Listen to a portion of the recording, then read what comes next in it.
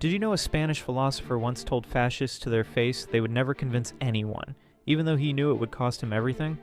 Miguel de Unamuno spent his entire life wrestling with the biggest questions humans face. He believes something most people find uncomfortable, that real faith requires doubt, that believing without questioning is just cowardice.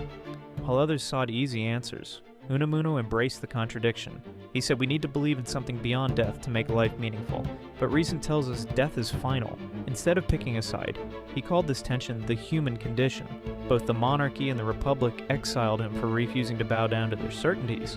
At 72, when fascists took over Spain, he could have stayed quiet.